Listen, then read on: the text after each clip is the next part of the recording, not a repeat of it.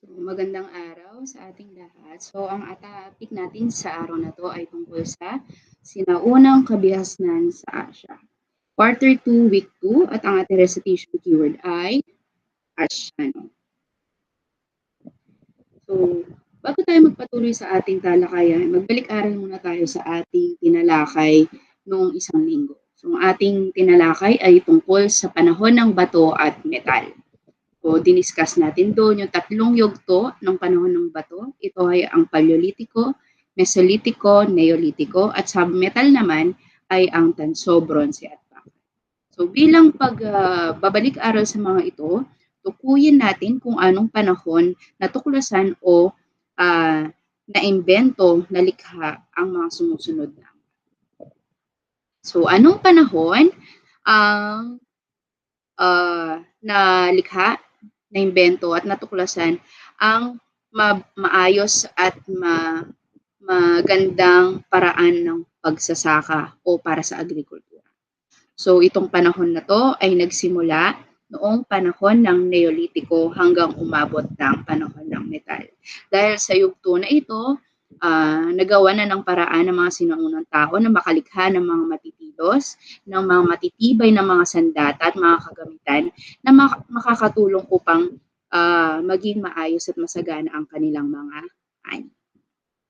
Ano naman ang panahon na kung saan ay naimbento ang mga sandata na gawa sa mga kahoy at the same time dito rin nila natuklasan ang apoy o ang isa sa pinaka importanteng ambag ng mga sinaunang tao. So ito ay ang panahon ng Paleolitiko o lumang bato. Dahil ito sa katangian ng panahon na kung saan ang mga bato rito ay magagaspang pa at hindi pa nagagamit sa kahit anumang mga kagamitan. Kaya nagkaroon ng pagkakataon ang mga sinaunang tao na matuklasan ito sa pamamagitan ng pagkikiskis ng mga magagaspang na bato. Sunod. Ito. Ang ginagawa ng sinaunang tao na ito ay paglikha ng bangka o yung tinatawag natin na kano. Ito ay ang pinakaunang uri ng sasakyang pandagat na nilikha ng mga sinaunang tao. Ang panahon na ito ay ang Mesolitiko o gitnang bato. Dito rin kasi sa panahon na to, mas tumaas ang level ng tubig sa mga ilog at mga dagat. At the same time, natuto na ang mga tao na magpalipat-lipat ng mga lugar at kinakailangan nila na tumawid sa mga iba't ibang anyong tubig. Kaya ito ay kanilang nalikha o nagawa. Ito naman ay isa sa kauna-unahang chariot o sasakyan panlupa ng mga sinaunang tao. Kung makikita naman natin, mapapansin natin na ito ay gawa sa metal. Kaya ito ay panahon ng metal na kung saan na-invento ng mga pangkat ng Hittites na mamaya ay matatalakay natin. Susunod naman ito ay isang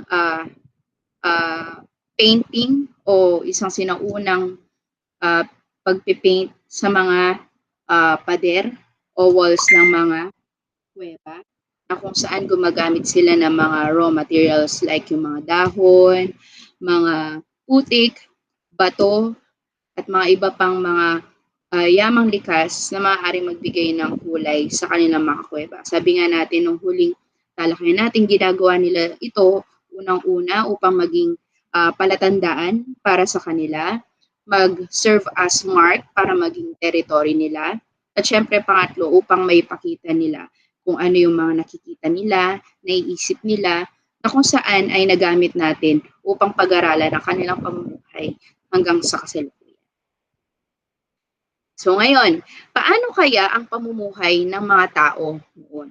So paulit-ulit natin dinidiscuss na sila ay nagalag o tinatawag na nomad, na kung saan ay sila ay palipat-lipat ng mga lugar. Meron din tayong tinatalakay na sila ay gumagamit ng balat ng hayop sa kanilang damit. Ang kanilang tirahan ay mga kuweba.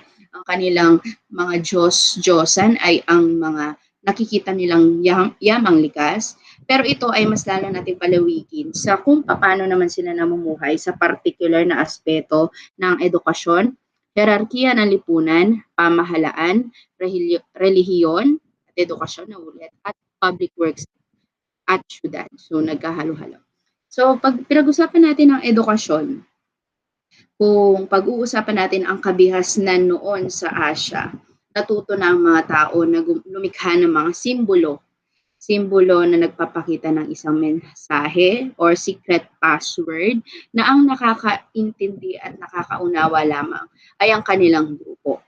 Kung maaaring yung letter A nila ay isang simbolo ng anyong tubig, kaya naman ay anyong lupa, yung nakikita nila sa paligid nila nakahalintulad ng mga letra na nasabi.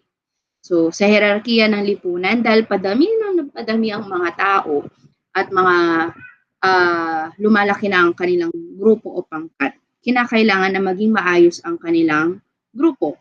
Kaya ang nangyayari, nagkakaroon na ng hierarkiya ng lipunan or meron ng mga posisyon. Meron ng pinuno, meron ng taga-ayos ng kanilang pangkat, taga-luto, sila yung hanap ng pagkain, na kung saan nagkakaroon na sila ng mga roles o papel sa kanilang pangkat. Sa pamahalaan nga, yun yung sinabi ko, ang pinaka unang batayan kung sino ang mga magiging pinuno ng isang pangkat ay kung sino yung mga matatanda na o kaya sino naman ay nakalampas na sa mga pagsubok ng pagiging pinuno, like pagtatanggol sa mga grupo o pangkat ng tao, napanalo ng isang digmaan, etc. etc. So, pagpunta naman sa relihiyon, so, dahil nga sinaunang panahon pa yan, may kanya-kanya pa silang pinaniniwalaan, meron pa silang tinutuklas sa sarili nila, lumilikha sila ng sarili nilang Diyos, na kung saan binabatay nila ito sa nararanasan nila. Halimbawa na lang, malapit sila sa lambak ilog o sa ilog, na kung saan ay bigla may dumating na bagyo o malakas na ulan. Na kung saan, sa perspective natin, bagyo lang to, normal na lang nangyari, pero sa sinaunang tao, maaaring ang kanilang interpretasyon doon ay nagagalit ang Diyos ng ulan, o kaya naman ay kailangan nilang magdasal sa Diyos ng araw upang tumigil ang ulan, etc. etc. So, nababatay ang kanilang mga Diyos-Diyosan sa kung ano ang nararanasan nila. Siyempre, public works, o kaya ginagawa nila sa pang-araw-araw nila, sa pampubliko, ibig sabihin nito yung mga trabaho nila. Siyempre, ang mga sinaunang tao, kung sino ang malalakas ang katawan, sila yung naghahunt, sila yung mga nangangaso, sila yung mga naghahanap ng mga pagkain. Samantalang yung mga kababaihan, sila yung mga nag-aalaga sa bahay, sila yung mga nag-aayos ng tahanan, sila yung mga nag-aalaga sa mga bata. So, yan. So, ang mangyayari dito, ang pamumuhay ng mga tao noon ay ganito maihalintulad. So, sinabi ko nga, pamahalaan, ekonomiya, relihiyon at teknolohiya. Napakapayak. Kumbaga sila yung mga sinaunang inventors natin na hindi nila alam kung ano yung mga bagay na nasa paligid nila, matutuklasan lang nila pag na-experience na nila o na-obserbahan na nila. Kasi kung papansinin mo at pabalikan natin sinaunang tao, paano kaya nila naisip na gumamit ng lambat? Paano kaya nila naisip na magkaroon ng pinuno? Paano nila naisip na magkaroon ng Diyos? Paano nila naisip na kailangan pa nila magtanim? Dahil ito sa nararanasan nila sa araw. Next. Yan, ito ang konsepto. So, ang ating pag-aaralan sa araw na ito ay ang tatlong kabihasnan na makulay at pinaka-significant o mahalaga sa kasaysayan ng Asya. Ito ay tatalakayin natin ng general. So, hindi na natin masyado sasaliksikin yung mga detalye, pero ito ang mga importanteng impormasyon tungkol sa mga kabihasnan na ito. So, ang unang kabihasnan natin ay ang kabihas ng Mesopotamia na tinuturing na pinakamatandang kabihasnan sa buong Asya. Ang Mesopotamia ay ang Iraq ngayon. Ito ay ang kasalukuyang panahon na kung saan ay matatagpuan ang Iraq sa kanlurang Asya. So, tinatawag na Mesopotamia ang Mesopotamia dahil ito ay nanggaling sa dalawang salita. Ang Meso, ang ibig sabihin ay gitna, katulad ng pagtatalakay natin noon. At ang Potamia naman ay ilog. Na kung saan kung pagtatagpiin natin, ito ay sa gitna ng ilog o gitna ng dalawang ilog. Na kung saan, pag pinagsama at mapapansin natin na ang Mesopotamia ay ang kabihasnan na umusbong sa dalawang kambal na ilog. Ito ay ang Tigris at ang Euphrates. So, ibig sabihin ng Mesopotamia ay lupain sa pagitan or gitna ng dalawang ilog. Kaya kung mapapansin natin sa mapa, ito ang Mesopotamia. Ayan ang Mesopotamia. Yan. Mamaya ano din natin. Yan ang Mesopotamia. At ito ay ang dalawang kambal na ilog. Ito ang Euphrates. At ito ang Tigris. Ito ay ang bumubuhay sa mga sinaunang tao noong unang panahon. At ang kanilang pamumuhay ay naniniwala sila sa mga polytheists or sila ay polytheists na kung saan naniniwala sila sa maraming Diyos. Katulad nga na sinabi ko, dahil nga hindi pa nila natutuklasan ang mga iba't ibang mga bagay sa mundo, binabase lang nila ito sa kanilang karanasan. At ang tawag sa kanilang pinuno ay priest king or sa ibang salita, policy or patisy. Kasi ang kanilang pinuno ay both na nagahari o pinuno ng kanilang pangkat at the same time, siya rin ang pinuno ng pangrelihiyon na gawain ng mga tao. So, kumbaga sa atin, pagsasamahin natin hari at pari. Yan. Tinatawag itong Fertile Crescent. Yan. Tinatawag ito ng Fertile Crescent at kung makikita kasi ito sa mapa ay para itong crescent moon. Siyempre hindi naman perfect crescent moon pero ito ay hugis crescent moon.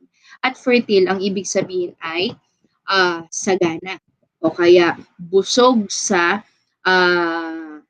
kasaganaan. Na kung saan ang lupa kasi dito sa Iraq o sa Mesopotamia ay napaka-akma sa pagtatanim ng kahit anong maaaring halaman at tanim. Yan.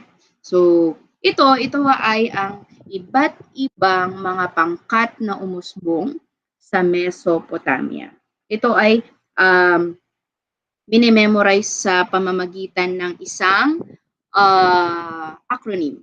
Ginawa ko to para mas madali nyo ma-memorize yung mga pangkat.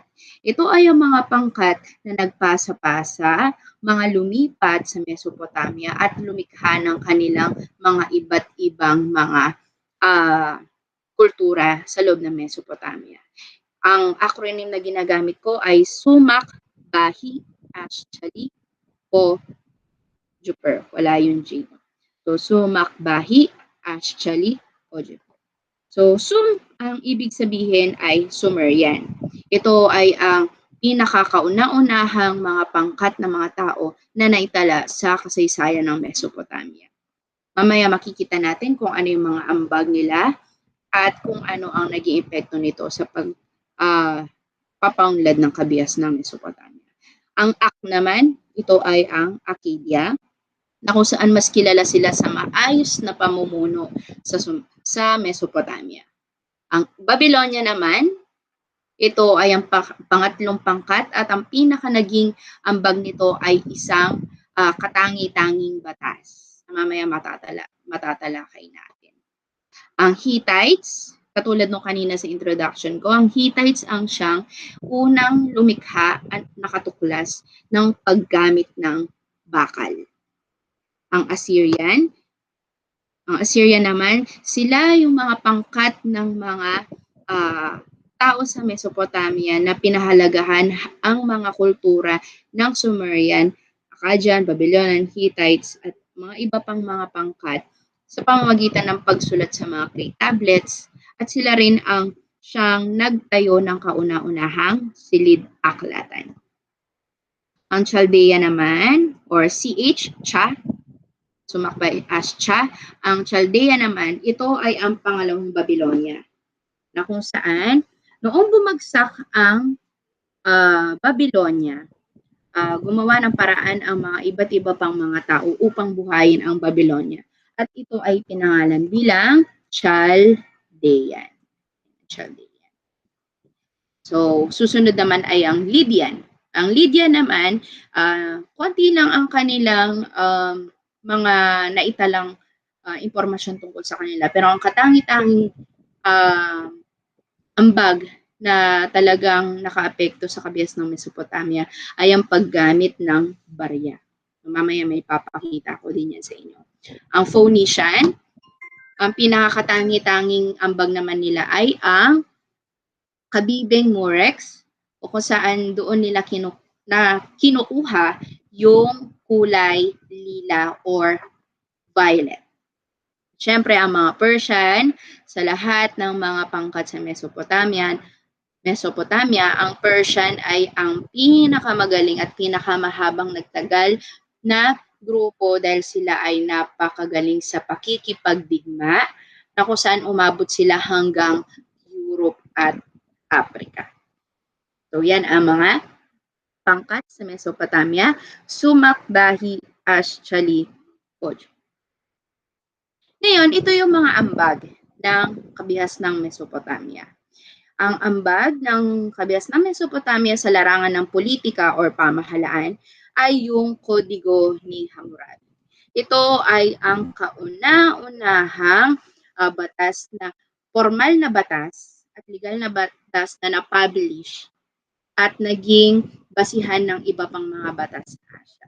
So ito ay ang Kodigo ni Hammurabi na isulat ito sa isang clay tablet hanggang sa isang sa isang statue o bantayog na tinatawag natin, kung saan ang pinakatema ng Kodigo ni Hammurabi ay eye for an eye and tooth for the tooth. Ang ibig sabihin nun ay kung ano, mata sa mata, ngipin sa ngipin. Kung anong kinuha mo, yun din ang dapat kunin sa'yo. Yun ang pinakatema ng Kodigo ni Hammurabi. At itong Kodigo ni Hammurabi ay ang ambag kanina na sinabi ko ng Babylonian. Isa rin sa mga ambag sa politika, syempre ang militarismo. Dahil nga padami ang mga sinaunang tao, nagkakaroon na ng alitan dahil sa teritoryo. Kaya ang nangyari ay mas lumikha sila ng mga proseso o sistema na kung saan sila ay magte-train ng mga tao upang magtanggol sa kanilang teritoryo. Kaya sila rin ang nag-ambag ng militarismo. Sa larangan naman ng ekonomiya o yung pagpapalago ng pera o hanap buhay sa kanilang pangkat, tatlo ang pinakakatangi-tanging ambag nila. Ito ay ang chariot, ang barya, at ang paglalayag. Ang chariot, itong itsura ng chariot. Bakit ito may kaugnayan sa ekonomiya? Bukod sa ginagamit kasi ito sa pakikipagdigma, katulad na nakikita nyo sa larawan, ang chariot din ay nakatulong upang gamitin ito sa pakikipagkalakalan sa iba't ibang lugar. Lalo na syempre kapag wala pang sasakyang pandagat at sasakyang panlupa, may hirapan ng mga tao na makipagkalakalan. At ito ay isa sa mga natuklasan at nilikha ng mga Mesopotamian para sa kalakalan. So sinabi ko nga kanina, na-imbento or natuklasan din nila ang paggamit ng barya o pamalit sa mga produkto. Syempre ang paglalayag. Meron man silang sasakyang panlupa, katulad ng chariot, sila rin ay nagpaunlad ng sasakyang pandagat. Kaya ang mga ito ay mahilig na maglayag o maglakbay sa pamamagitan ng anyong tubig. So, susunod naman ay ang kultura. Ang kultura naman na ipinakita at sa atin ng mga Mesopotamian ay ang Hanging Garden of Babylon at ang clay tablet.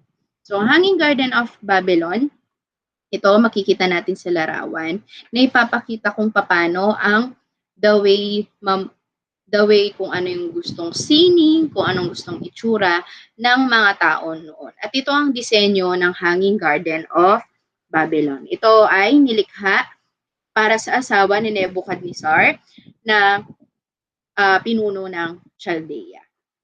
So, ito rin ang clay tablet. Napaka-importante ng clay tablet.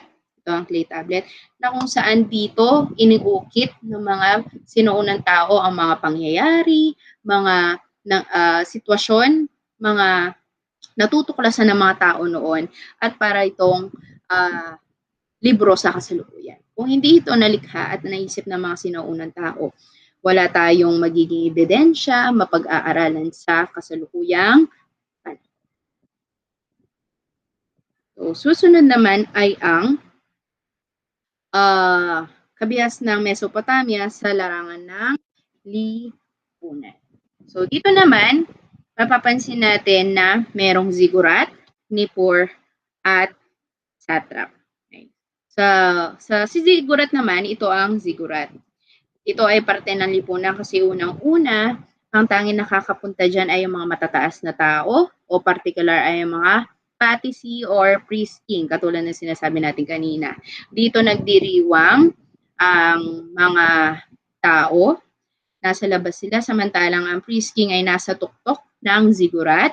Dito rin ay nagsisilbing libingan ng mga matataas na pinuno na nasa ilalim ng ziggurat. At syempre, dahil ito ay ang isang mataas na kanyang gusali, nagiging mas nakikita ng tao ang kapangyarihan ng mga taong nasa loob nito. So, syempre, ang Nippur, ito ay ang kauna-unahang mapa na nilikha ng mga nasa Mesopotamia. At syempre, ang satrap, makikita natin ang satrap. Okay, ito naman ay mga iba't ibang mga pangkat o pamayanan. Kasi syempre dahil sobrang dami na ng mga tao, kaya kailangan na magkaroon ng kaayusan. Kaya nangyayari, kailangan na mag-grupo at mag-ayos ng per pangkat, per territory, para maiwasan ang hidwaan. So sa relihiyon at paniniwala naman, ang ambag ng Mesopotamia ay unang-una, polytheist, sila ay maraming Diyos-Diyosan. Katulad nga ng sinabi ko, pinamumunuan sila ng priest king, haring-pari, or tinatawag na policy. At ang pinakaambag ng Mesopotamia ay ang relihiyong Zoroastrianismo at Judaismo na matatalakay natin sa mga susunod na linggo. Ito ang itsura ng Zoroastrianismo, na kung saan ito ay itinatag ni Zoroaster na matatalakay din natin. At syempre ang Judaismo na nakabase sa pag-aaral sa lumang tipan ng Biblia. Syempre ang kahuli-hulihan sa Mesopotamia ay ang edukasyon. Isa sa napakahalagang ambag ng Mesopotamia sa edukasyon ay ang sistema ng pagsulat na cuneiform. Sistema ng pagsulat ng cuneiform na kung saan ito ay ginagamit sa pag-uukit sa mga clay tablets bago ito maging mumunting libro at inilalagay sa silid aklatan. Ito ay isa sa mga ambag ng Mesopotamia na nakapag-treasure at nakapag-pasa-pasa ng kultura sa iba't ibang mga pangkat. Hindi lamang sa Asia kundi sa buong mundo.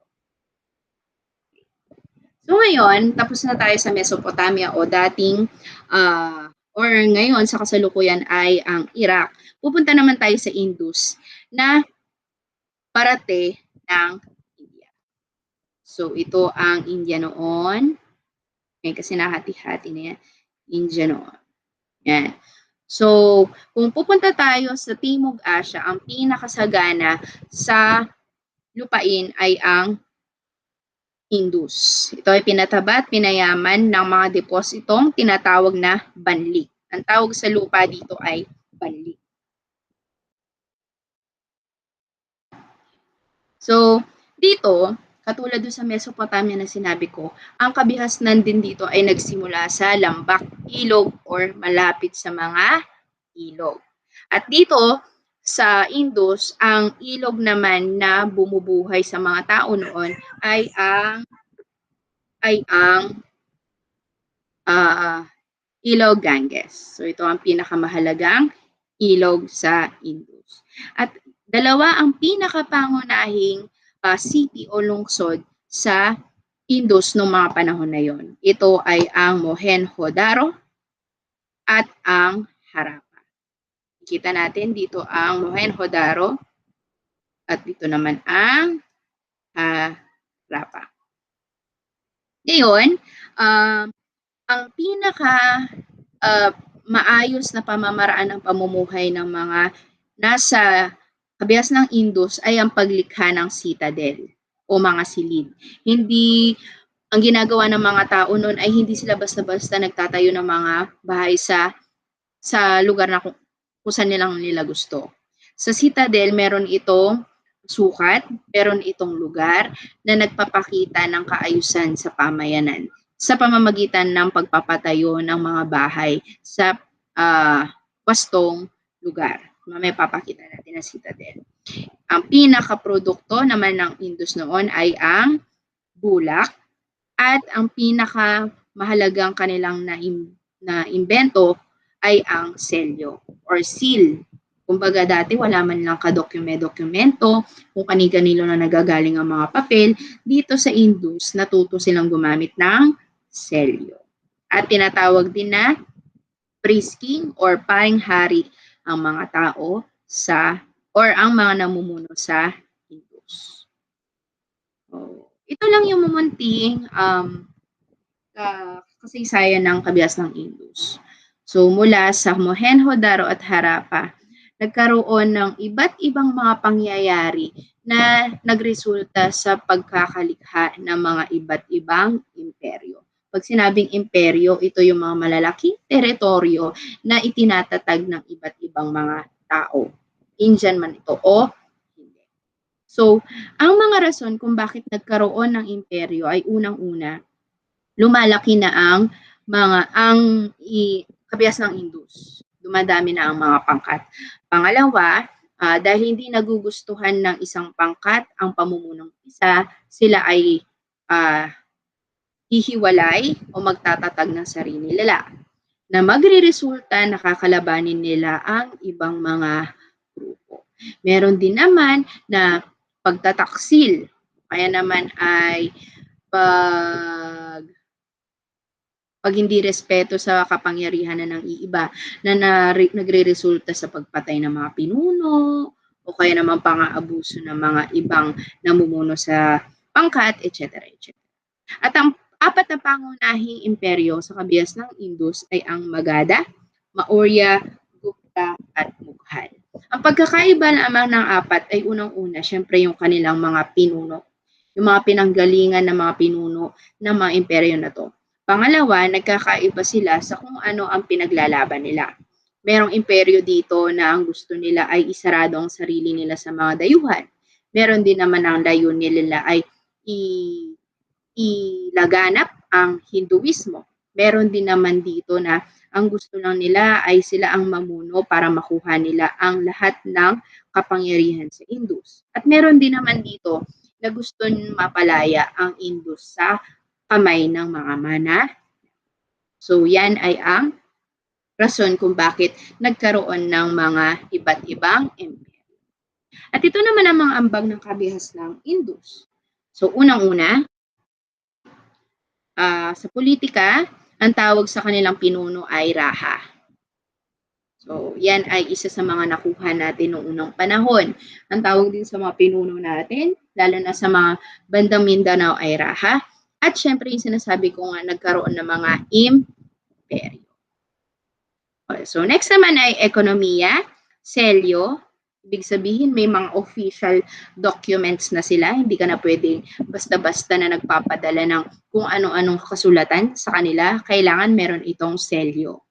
At syempre, ang sewerage system, makikita nyo ang sewerage system dito ay parang daluyan ng tubig.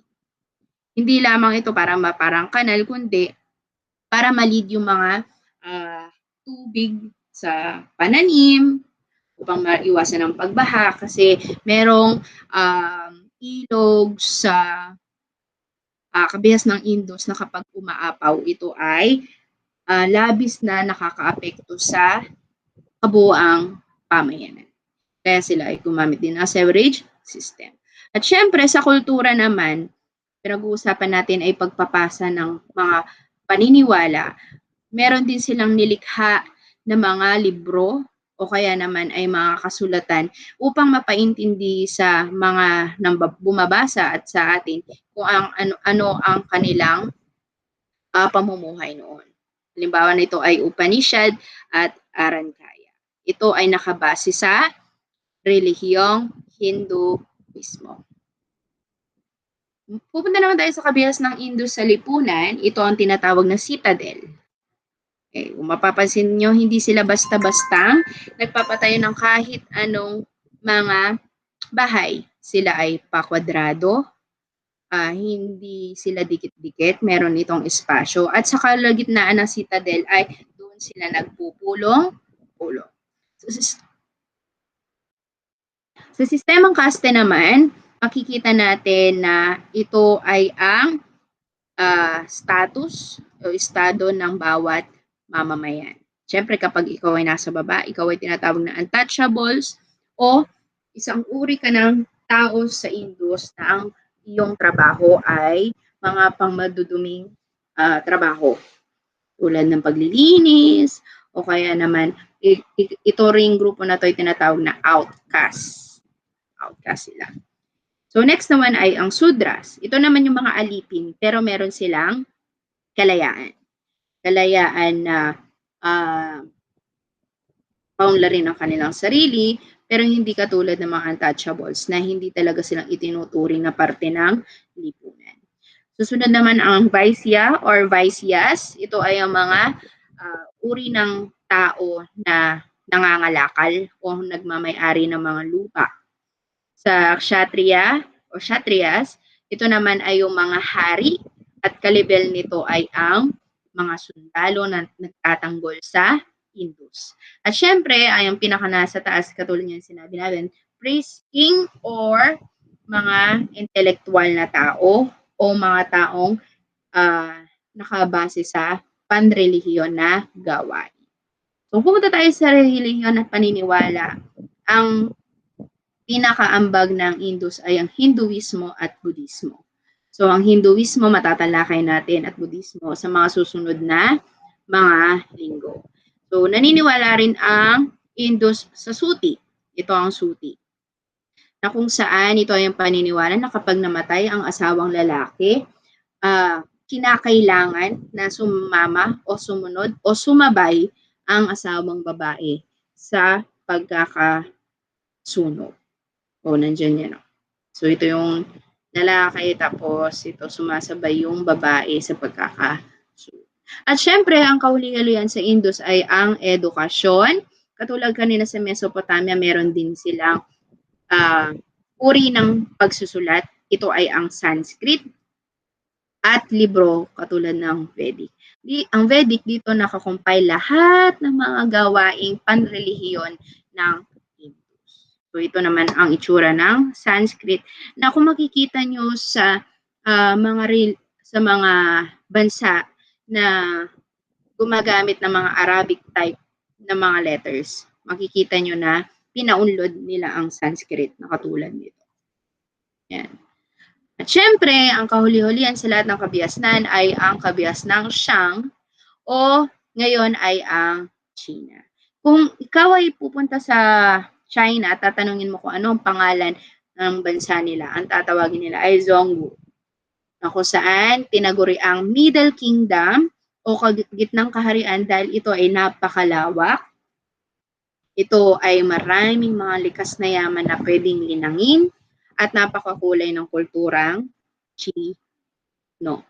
Okay. So katulad sa mga dalawang kabihasnan, ang ilog ng Yangtze at Huanghe naman ay ang naging simula ng pag-usbong ng kabihasnan na ito. Na kung saan ito ay nakatulong sa pamumuhay ng mga tao sa China. Okay. So, yan, makikita natin, ito ang Ilog Wangho. Ito ang Ilog Wangho. At ito naman ang Ilog Yangtze. So, ang nag-uugnay sa dalawa, makikita natin kung pupunta na tayo sa China, ay ang nag-uugnay sa kanila ay ang Grand Canal, na makikita nyo ang larawan mamaya. Ang tawag naman sa pinuno nila ay emperador, o ang tawag ay anak ng langit o mandato ng langit. Naniniwala kasi ang mga Chino na ang kanilang pinuno ay itinalaga direkta ng kanilang Diyos o Diyos. At ang mga pinuno dito, dahil naniniwala sila na sa lakas ng dugo o family blood, kaya ang pinuno ay isinasalin lamang sa iisang pamilya. Siyempre, kapag merong masaganang ani, siyempre maganda ang nangyayari, ibig sabihin sa mga tao noon ay tamang-tama o yung pinuno talaga nila ang naging talaga ng langit. Pero siyempre, kapag puro na lang pasakit, masama ang kalagayan ng kahit anong nangyayari sa loob ng China, naniniwala sila na kailangan nilang palitan ang kanilang pinuno. Ayan. So, ito yung dinastiya sa China. Kung kanina imperyo, ngayon dinastiya. Ang imperyo kasi, ito ay malawak na teritoryo, ngunit ang mga namumuno, kung hindi man ipinapasa, ito naman ay nanggagaling sa mga pamilya ng tao na nakakatalo sa lugar na yun. Ito naman sa kabias ng Shang China, ang dinastiya naman ay unang-una nga ipinapasa sa mga pamilyang Qi. At ito ang pagkasunod-sunod ng dinastiya. Ang Xia, Shang, Chu, Qin, Han, Su, Tang, Song, Yuan, Ming, at Manchu. So, sa paglipas ng discussion natin, malalaman natin kung anong pagkakaiba niya mga. So, merong mga merong mga dinastiya na kung saan nahaluan sila ng kulturang ibang mga kultura dahil sila ay sinakop. Kaya naman nakipagkaibigan din sila sa iba pang mga mananakop na dumadalaw sa kanila. O kaya naman ito ay mga dinastiya na sarili mismong kultura nila ang kanilang pinaunlan. Yan. So ano naman ang mga ambag ng kabias ng Chino? So sa politika, yun nga, ang dinastiya ay ang pinakaambag nila at isolationism. Pag sinabing isolationism sa salitang isolate, hihiwalay o humiwalay. Ibig sabihin, isa sa pinakaambag ng China ay ang paghiwalay o paglayo sa mga mananakop na hanggang ngayon ay nangyayari pa rin sa kasalukuyang panahon. Kumbaga sinara nila yung sarili nila sa mga dayuhan o kaya naman kahit na merong mga mananakop ay hindi nila pinabayaan na maapektuhan ang kanilang pamumuhay sa China. Kung pupunta naman tayo sa ekonomiya, isa sa mga naging ambag nga rin nila ay ang irigasyon. So, mas naging masagana ang pagsasaka. Feudalismo, pag sinabing feudalismo, ito yung mga paghahati-hati ng lupain. Mapapansin nyo naman na sa sobrang laki ng China, ito yung pinakamalaking bansa sa Asia. Siyempre, kung ito ay tumutuklas ng mga panibagong mga lupain, kinakailangan na magkaroon ng sistema ng lupain. Kaya ito ay ang feudalismo. Hinahati-hati ito sa pamilya, o kaya naman may nakatoka na mag-aalaga sa mga lupa na to. Kaya nagkaroon ng feudalismo. Ang Koto naman, na madidiscuss din natin sa pag-aaral natin ng mga digmaan sa Asia. Ang Koto, ito naman yung isang kasunduan na kung saan, di ba nga sinarado nila ang China sa mga dayuhan. Ngayon, dahil alam nila na kinakailangan din nila makipagkalakalan, lumikha sila ng Koto. Ang Koto, yun ay ang kasunduan na dapat gawin nila bago sila makapasok ng China. Katulad ng magbabayad sila ng buwis, rerespetuhin nila yung mga Hong, nadidiscuss ko yan, o yung Hong, yung tagapangalaga, at hindi nila maaaring gamitin ang mga resources natin. So, isa lang yung sa mga kasunduan ng Kyoto. Ang Silk Road, ito yung Silk Road. Bakit siya tinawag na Silk Road? Tinawag siyang Silk Road kasi unang-una, yung kanilang tina-travel na produkto dito ay silk. Ay yung parang telang silk. Tapos nandun kasi sagana ang China. At road naman, lumikha sila ng mga daanan na pwede nilang gamitin para ma-travel nila ang kanilang produkto. Siyempre dahil sa lawak ng China, pag hindi sila gumawa ng eksaktong daanan, mahihirapan silang mag-deliver o ihatid yung mga iba't ibang kalakal nila. Kaya nagkaroon ng Silk Road. At ito rin ang naging daanan ng mga dayuhan papunta sa China. Siyempre, yung sinasabi natin kanina, Grand Canal, ito ang nagdudugtong sa Wangho at saka sa Yangtze. Sa kultura naman, isa sa mga katangi-tanging ambag ay ang Great Wall of China at ang foot binding. Great Wall of China, inilikha ito dahil at upang maprotektahan nila ang bansa nila sa mga mananakop. Kumbaga ito ay naging malakihang pader na pumipigil at nagpapatagal sa mga mananakop na masakop ang China. At ito rin ang nagiging dahilan kung bakit nakakapaghanda agad ang Chinese o mga incheck sa sakop ng mga mananakop. At syempre ito ay ang foot binding. Naniniwala kasi ang mga Chinese girls o mga babaeng inchik na kapag mas maliit ang iyong paa, mas maganda ka.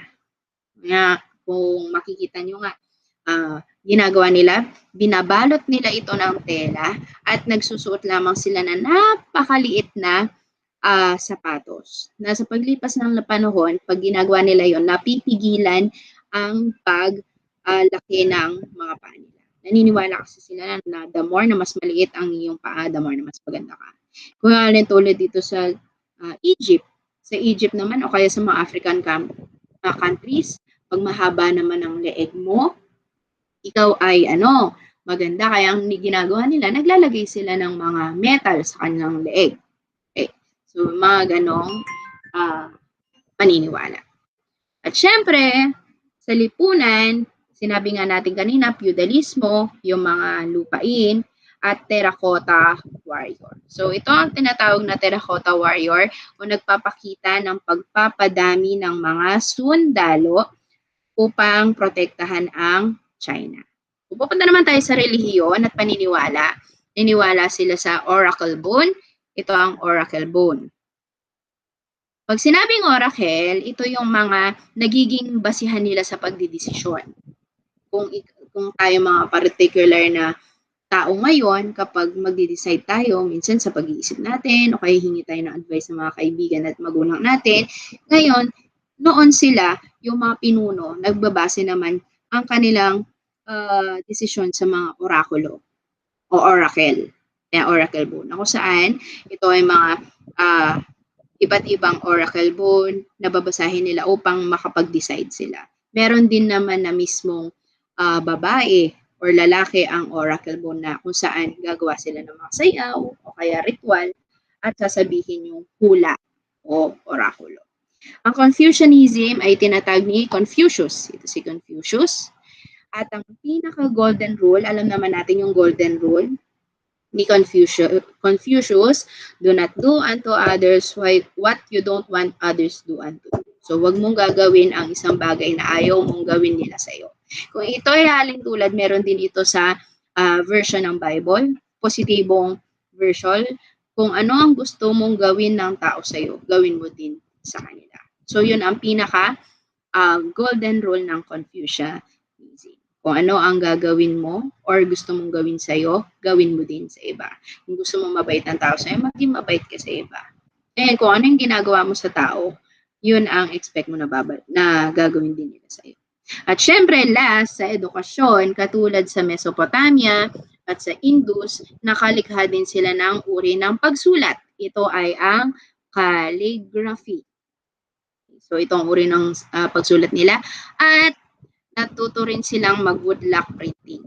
Okay, pag sinabing woodlock printing, uukit sila sa kahoy, tapos ibababad nila sa tinta, at ito ay ilalagay nila sa tela. Kumbaga, ito yung modern way ng pagpiprint ng t-shirt. Pero yun kasi, ano na siya, silk screen na siya or ano na siya, manipis na siya. Noon, kailangan pa nilang iukit sa kahoy bago nila ito i-imprenta. At syempre, sa edukasyon, sila rin ang nakaimbento ng mga board exam. Dahil nga sobrang madaming mga tao na gusto maging pinuno, kailangan nila magkaroon ng examination. So, yun ang hambag ng Chino. Ngayon, para sa ating learning activity, magbigay ng isang katangay-tanging ambag ng sinaunang Asya at ilarawan ito. Bakit mo ito napili? So, ang dami natin na-discuss na ambag. Simula sa pamahalaan, sa kultura, sa lipunan, relihiyon, sa edukasyon. Magbigay kayo ng isang katangi-tangi na ambag at ilarawan nyo ito. At bakit mo ito? So lahat ng mga ambag na yan ay partial lang. Napakadami pang ambag ang Mesopotamia, ang Indus at China. At pagpapalawigin pa natin, mas marami tayong matutuklasan na ambag pa sa iba't ibang konti. Okay, so yun lang grade 7. Salamat.